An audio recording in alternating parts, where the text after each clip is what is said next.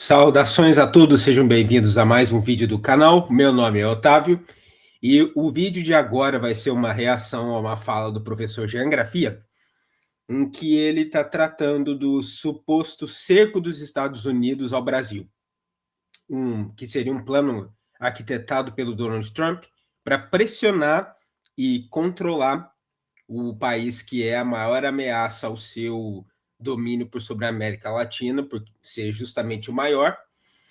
Vamos ver do que se trata isso, mas antes eu quero pedir a todos que curtam o vídeo, se inscrevam no canal, compartilhem o material com os amigos e deixem seus comentários aqui embaixo, isso tudo ajuda junto à relevância no algoritmo.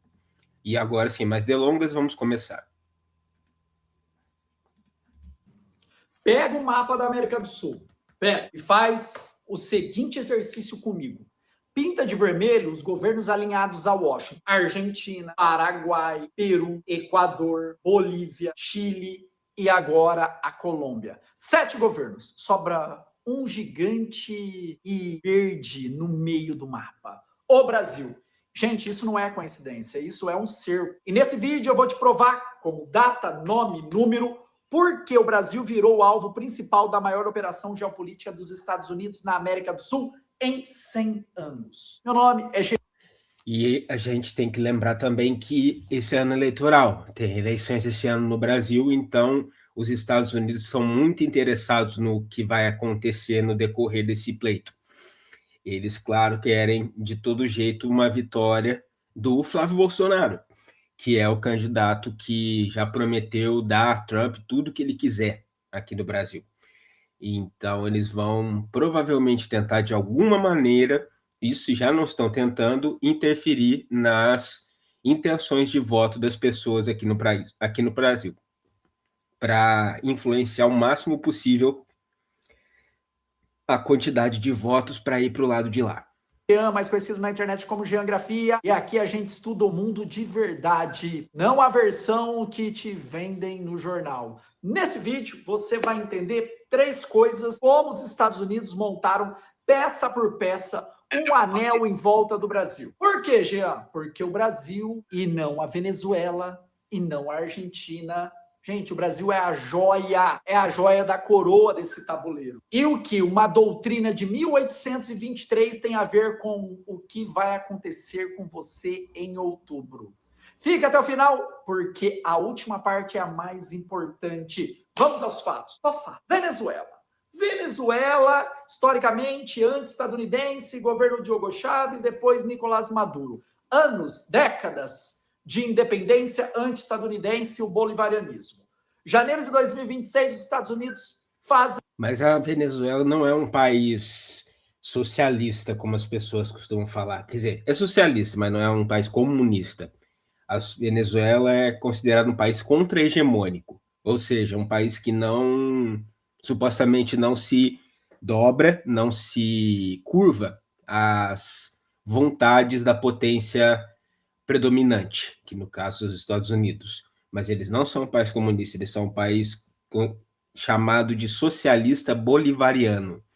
É o nome do sistema político único que o Hugo Chávez implementou por lá. Isso ainda a partir de 1999.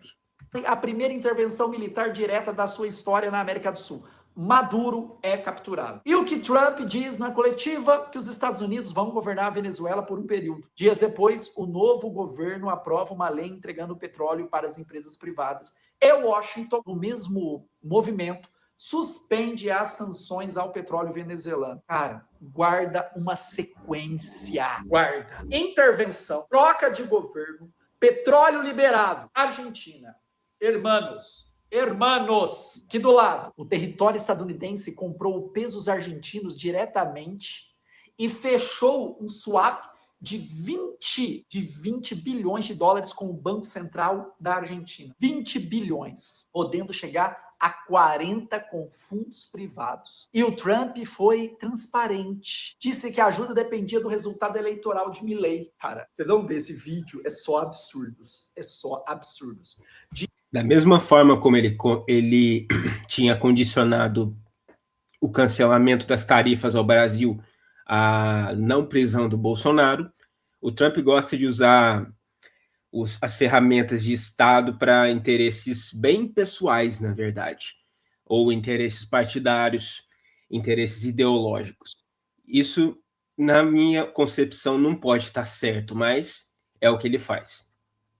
Dinheiro estadunidense condicionando o voto argentino. Isso tem nome. Gente, não é parceria, é tutela. Tá, Jean? E o resto do mapa? Com a posse do novo presidente da Colômbia, no dia 7 de agosto, a América do Sul ficou totalmente dividida. 7 governos alinhados a Washington. E de outro lado, isolado pelo tamanho e pelo peso, o Brasil. Mas aqui a história fica interessante. Por quê? Se você acha que o Brasil ficou fora dessa ofensiva, presta atenção nos últimos 12 meses. A tese desse vídeo é simples de falar e grave de entender. Você vai falar assim, cara do céu, é um vídeo que vai dar medo. Vai dar medo ou vai dar coragem.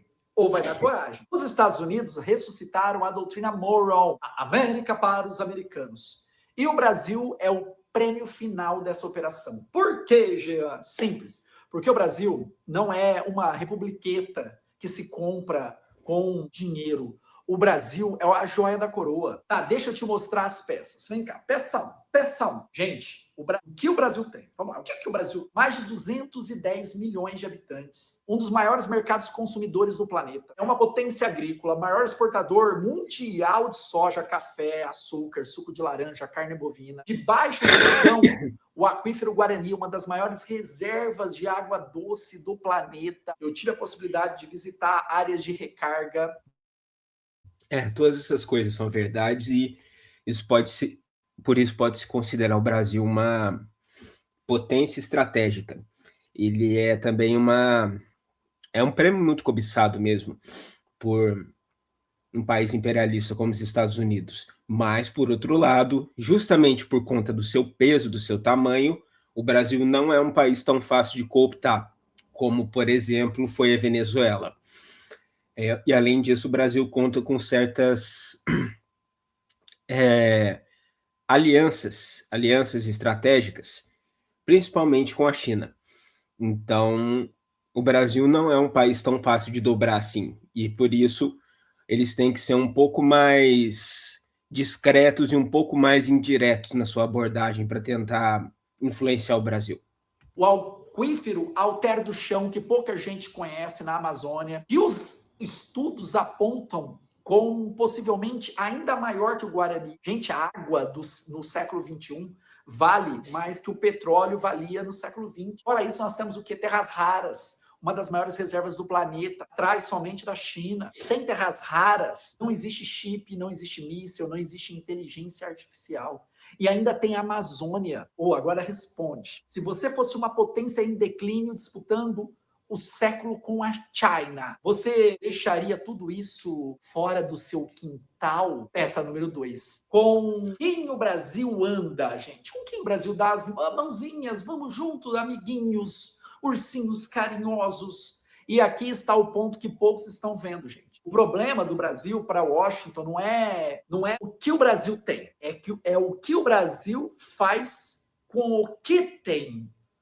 Gente, o Brasil articula o BRICS, a cúpula de 2025 no Rio de Janeiro, com um bloco que já representa cerca de 40% da economia mundial. Vende para a China, compra fertilizante da Rússia e defende abertamente a ideia de que Washington e defende abertamente a ideia que Washington trata como ameaça à segurança nacional. Como? Comércio sem dólar. O Brasil bate na desdolarização. Qual foi a resposta do Trump? Existiu uma conversa entre os países dos BRICS até para criar uma moeda própria, o que, se fosse implementado, porque é um grande se, seria uma alternativa, uma verdadeira ameaça ao predomínio do dólar na economia mundial. E esse predomínio do dólar é importante para os Estados Unidos por vários motivos, dentre os quais porque isso permite a eles refinanciar sua dívida pública às custas do mundo inteiro. Porque o dólar é a moeda corrente no mundo, é a moeda global do comércio, então isso dá a eles essa prerrogativa muito importante. Então eles não querem de jeito nenhum que o dólar deixe de ser a moeda internacional. E é por isso que o Brasil e os outros membros do BRICS são ameaças aos interesses e à hegemonia imposta pelos Estados Unidos. Cenourão vida louca, né? Que agora tá dormindo toda hora. Cara, ameaça pública de tarifa contra os países dos BRICS e apoiasse aí a alternativa ao dólar.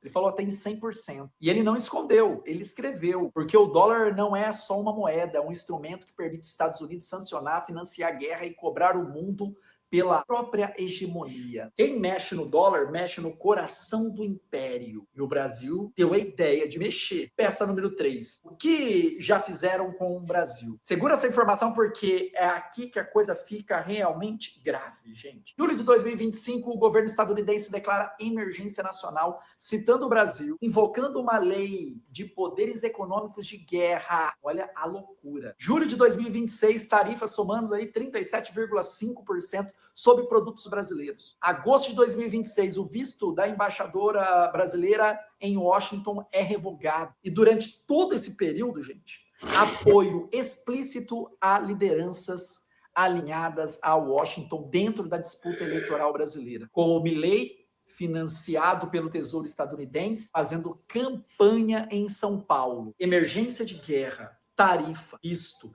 interferência eleitoral, 4 fatos, um padrão. E quando você...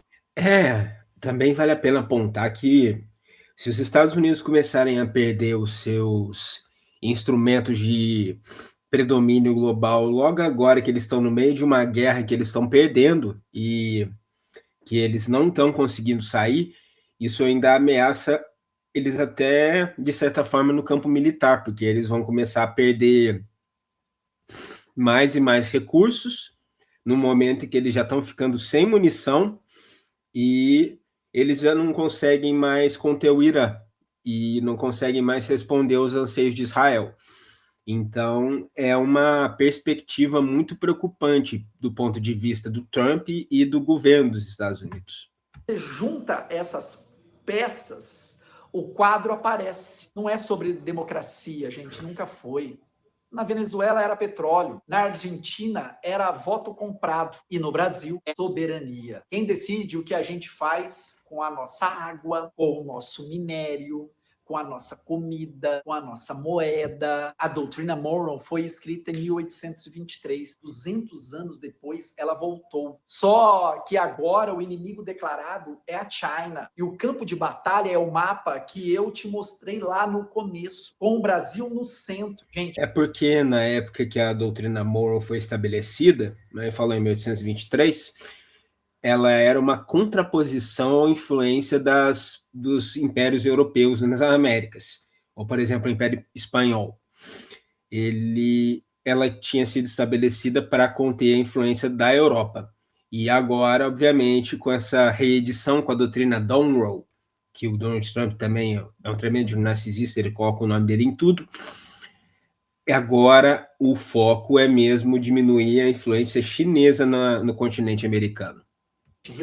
Resumindo tudo em 3 frases, presta atenção. Os Estados Unidos remontaram a doutrina Monroe, agora é a doutrina Monroe, de Donald Trump, e alinharam 7 governos em volta do Brasil. O Brasil é o alvo final porque tem o que o século XXI vai disputar: água, comida, minério, mercado e uma política externa que não depende de licença. E a próxima batalha desse cerco não vai ser em Caracas nem em Buenos Aires.